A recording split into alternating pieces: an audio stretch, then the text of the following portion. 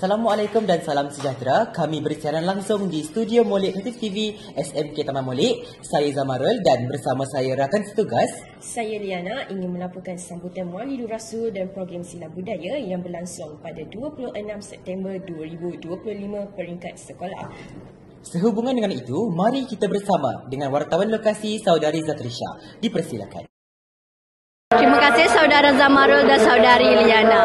Kini bersama saya selaku wartawan lokasi Zatrisha Ibarina binti Zahirul Nizam, kru Molek Kreatif TV SMK Taman Molek.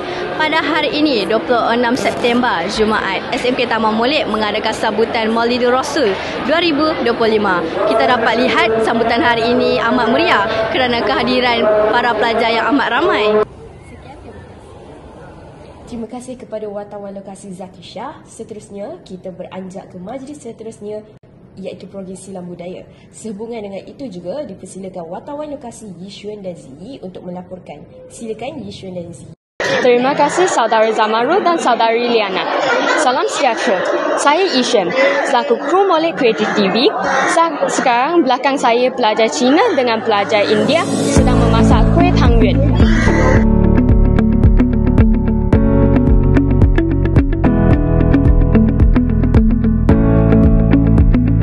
Terima kasih Yishuan dan Zi kerana melaporkan. Jadi, mari sama-sama kita menyaksikan tayangan video sempena sambutan Maulidur Rasul dan program Silang Budaya.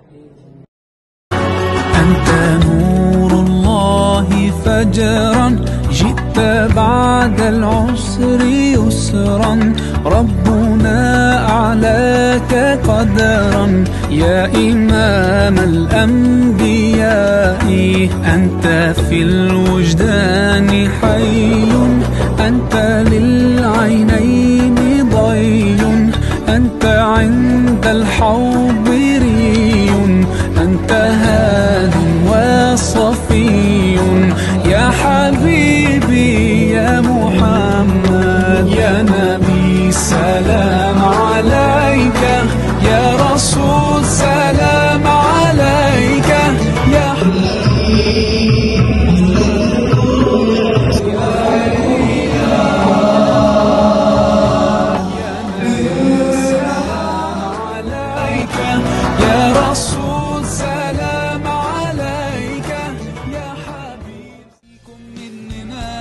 نفس روحنا ودمنا قلبنا بيرتاح هوام للي فعلا زينا الكلام نفس الكلام حتى نفس الاهتمام عشرة مش ممكن تهون يوم من الأيام حتى لوننا وشكلنا يعني أنا شبهك تمام وبتجمعنا حاجات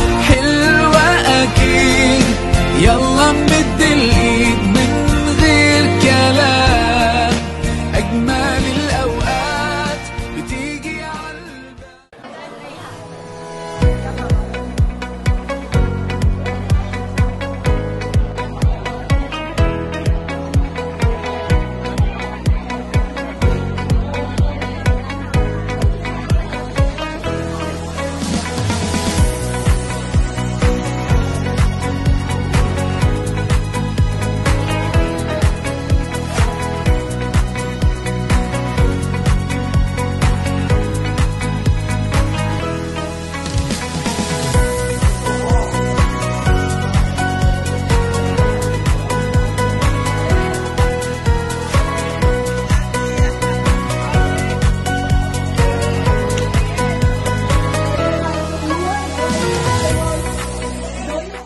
Sekian dari saya Liana dan saya Zamarul melaporkan Buletin Molek Kreatif TV.